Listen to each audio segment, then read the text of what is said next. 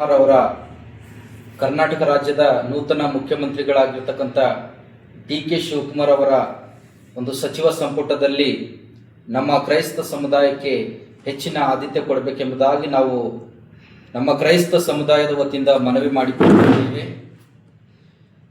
ನಮ್ಮ ಬೆಂಗಳೂರಿನ ಸರ್ವಜ್ಞ ನಗರದ MLA ಆಗಿರ್ತಕ್ಕಂಥ KJ ಜಾರ್ಜಿ ಅವರಿಗೆ ಸಚಿವ ಸ್ಥಾನ ಕೊಡಬೇಕು. ಪ್ರಸ್ತುತವಾಗಿ ಅವರಿಗೆ ಇಂಧನ ಖಾತೆ ಕೊಟ್ಟಿದ್ದಾರೆ.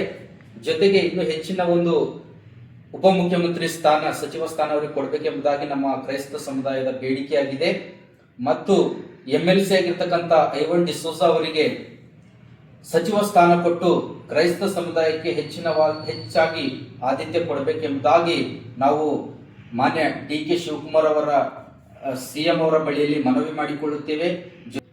ಡಿ.ಕೆ. ಶಿವಕುಮಾರ್ ಅವರು ಮುಖ್ಯಮಂತ್ರಿಗಳಾಗಿರುವುದು ಕ್ರೈಸ್ತ ಸಮುದಾಯಕ್ಕೆ ತುಂಬಾ ಸಂತೋಷ ಇದೆ. ಅವರು ಉತ್ತಮವಾಗಿ ಆಡಳಿತ ನಡೆಸಬೇಕು. ಕರ್ನಾಟಕ ರಾಜ್ಯದಲ್ಲಿ ಎಲ್ಲಾ ಧರ್ಮಗಳ ಅಭಿವೃದ್ಧಿಗೋಸ್ಕರ ಅವರು ಶ್ರಮಿಸಬೇಕು. ಕ್ರೈಸ್ತ ಸಮುದಾಯಕ್ಕೋಸ್ಕರನು, ಹಿಂದೂ ಸಮುದಾಯಕ್ಕೋಸ್ಕರನು, ಮುಸ್ಲಿಂ ಸಮುದಾಯಕ್ಕೋಸ್ಕರನು, ಸರ್ವ ಧರ್ಮಗಳ ಏಳಿಗೆಗೆ ಅವರು ಇನ್ನೂ ಹೆಚ್ಚಿನ ರೀತಿಯಲ್ಲಿ ಉತ್ತಮವಾಗಿ ಆಡಳಿತ ನಡೆಸಬೇಕೆಂಬುದಾಗಿ ನಮ್ಮ ಕ್ರೈಸ್ತ ಸಮುದಾಯದ ಬೇಡಿಕೆಯಾಗಿದೆ. ಮತ್ತು ಇನ್ನು ಅನೇಕ ಬೇಡಿಕೆಗಳು ನಮ್ಮ ಕ್ರೈಸ್ತ ಸಮುದಾಯದ ಪರವಾಗಿ ಇವೆ. ಏನಂತಂದ್ರೆ, ಕ್ರೈಸ್ತರ ಮೇಲೆ ದಾಳಿಗಳು ನಡೆದಾಗ, ಚರ್ಚ್ಗಳ ಮೇಲೆ, ಪಾಸ್ಟರ್ ಅವರ ಮೇಲೆ ಹಲ್ಲೆಗಳಾಗಿದ್ದಾಗ ಮಾನ್ಯ ಹೋಮ್ ಮಿನಿಸ್ಟರ್ ಅವರು ಮತ್ತು ಗೃಹ ಇಲಾಖೆಯು, ಪೊಲೀಸ್ ಡಿಪಾರ್ಟ್ಮೆಂಟ್ ಇಮಿಡಿಯೇಟ್ ಕ್ರೈಸ್ತರಿಗೆ ರಕ್ಷಣೆ ಕೊಡಬೇಕು.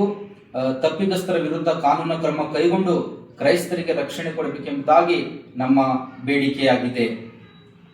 ಮತ್ತು ಇನ್ನೂ ಕೆಲವೊಂದು ಬೇಡಿಕೆಗಳಿವೆ.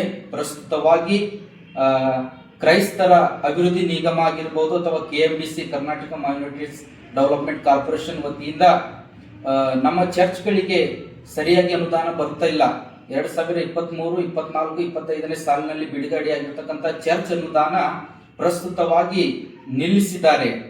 ಅದಕ್ಕೋಸ್ಕರವಾಗಿ ಆ ಬಜೆಟ್ ಇಮಿಡಿಯೇಟ್ ರಿಲೀಸ್ ಮಾಡಬೇಕೆಂಬುದಾಗಿ ನಮ್ಮ ಬೇಡಿಕೆ ಇದೆ. ನಿಮ್ಮ ಹೆಸರು ಸರ್? ನಮ್ಮ ಹೆಸರು ಥಾಮ್ಸನ್ ದೊಡ್ಡಮನಿ. ನಾವು ಕ್ರೈಸ್ತ ಪರ ಹೋರಾಟಗಾರರು ಮತ್ತು lord Jesus Christ ministries president ಆಗಿದ್ದೇವೆ. ಓಕೆ.